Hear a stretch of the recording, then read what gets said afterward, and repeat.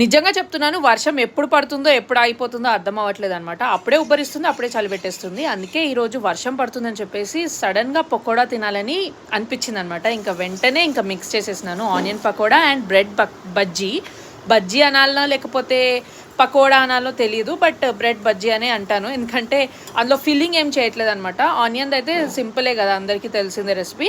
So bread అయితే ఇట్లా మంచిగా చిన్న చిన్న పీసెస్గా కట్ చేసుకున్నాను, ఎందుకంటే పిల్లలకు కూడా ఇష్టంగా తింటారు. పెద్ద పెద్ద కట్ చేస్తే తినరు, వదిలేస్తారని చెప్పేసి. సో ఇంకా మంచిగా ఇట్లా చేసేసి డిప్ చేసి బేసన్ దాంట్లో, ఇందులో అయితే నేను ఎక్కువ ఏం వేయలేదు, చాలా సింపుల్గా మిక్స్ చేసినాను. కొంచెం ఉప్పు, కారం, ఇంకా వాము ఉంటుంది కదా, అది వేసేసినాను అంతే, ఇంకేం వేయలేదు ఎక్స్ట్రా. సో ఇది మంచిగా ఇట్లా డిప్ చేసి ఫ్రై చేసేయడమే అంతే. వేడి వేడి చాయ్ కూడా రెడీ అయిపోయింది అనమాట. సో ఇప్పుడైతే మేము మంచిగా ఎంజాయ్ చేస్తున్నాము. సో మీరు నా ఛానల్ని ఫస్ట్ టైం చూస్తున్నట్లయితే సబ్స్క్రైబ్ చేసుకోండి. ఒకవేళ వీడియోస్ కనుక నచ్చితే లైక్ కూడా చేయండి. బాయ్.